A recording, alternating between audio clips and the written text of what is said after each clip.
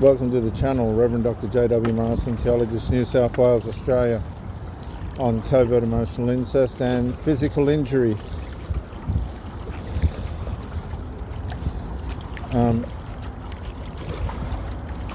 It's a funny way in which it works, covert emotional incest, because it does run heavily on stealth,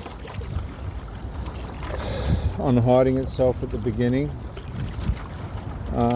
But the more you make your presence known, the more the partner that you have gotten involved with that is in covert emotional incest accepts you, the more pressure that's going to put on the covert emotional incestual relationship.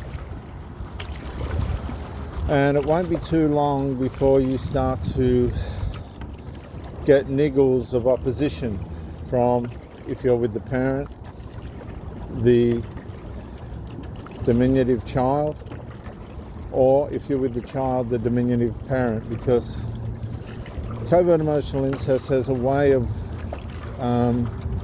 shifting submission and authority depending on the need of the person in the family that needs to go outside to find company through the lacking of the covert emotional incest relationship. You see, the covert emotional incest relationship doesn't work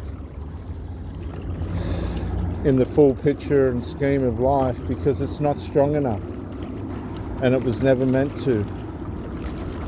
Even if the people go full incest, they'll never be satisfied, because covert emotional incest has got a way of grandizing the people in it, but full-blown sexual incest demoralizes the people that are in it. So they can't win either way, because the grandizement begins to affect them in the relationships that they're trying to have with people outside the family unit, outside the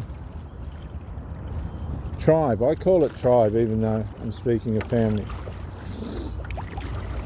So covert emotional incest has a way of upsetting and undermining all structures around it, even within the family. Sometimes it gets so bad that the parents become the children, and the children become the parents, and everything evolves around the children for some strange reason.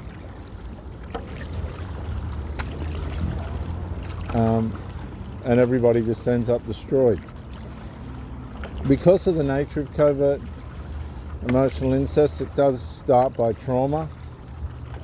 It doesn't just start on a grandioso level. There's usually a breakdown between the parents or the couple, and then one or the other, usually one or the other, surrogate a child as a partner, and begin to share intimate details and complain and whinge and make the child a surrogate partner of which they can unload and dump their emotional tensions and stresses and life circumstances on, which they shouldn't. It should only be done with another adult or a therapist or a professional, not a child. It's a severe form of abuse on the mind of the child. The reason being is, if it's the mother-son, the son gets infatuated with the mother lustfully, because it has to turn that way to keep the bond there, because it's an extra maternal bond, like an extramarital affair. It's an extra maternal affair, right? But it's inside. That's why it's incestuous, because it's an extra maternal affair inside the family unit. It's an affair against the failed partner or the partner that's resented. Covert emotional incest can start out of resentment. Somebody gets their nose out of joint with one of the other partners. The partner might have bought too many toys, or they're an alcoholic and they're just not performing and showing up the right way. There's been an argument. over something, and it's gone on and never been resolved.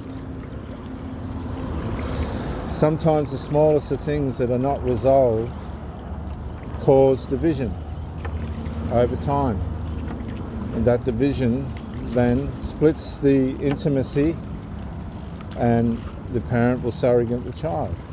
It could be the father using the daughter against the mother and colluding together, which can manifest into covert emotional incest.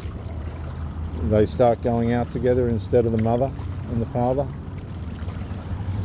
And that can be very vicious indeed. The father will sit with the daughter on the lounge of a night, and the mother will sit in a chair. And I've heard instances where the father would put his arm around the daughter and cup her under the breast, or put his hand on her leg very close to her private parts, and this kind of thing, to the aggravation of the mother. And it's very ugly, and it's very punishing, and it can cause severe mental health injury, severe trauma on the mind, because you are competing with your own family members in a situation where all the emotional transitions are so mixed up that the conflicts, the subliminal psychological conflicts, are working so hard against the mental health of these people that they're usually medicated. They're usually, to some degree, overindulging in alcohol, and in a lot of cases they'll use weed as well. And if they get very spiteful, say it's the husband and the daughter working against the wife, she might even get on cocaine or something and go out and become promiscuous, which usually brings the end to the marriage, and a full breakup, because she finds someone that is supplying them properly in the emotional realm. You see, not all parents will surrogate their children.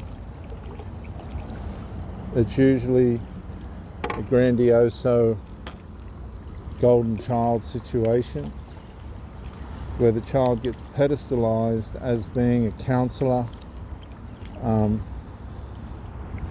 and judge and jury within the family, the main consultant, as it were, the source of wisdom.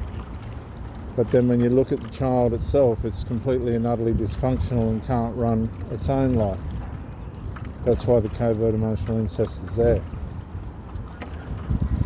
So if you're in a relationship and it's harming your mental health, and you got a funny feeling that you've met some people that are involved in this covert emotional incest, enmeshment, parentification, you need to leave the relationship. This is Reverend Dr. J.W. Morrison, theologist. Bye for now.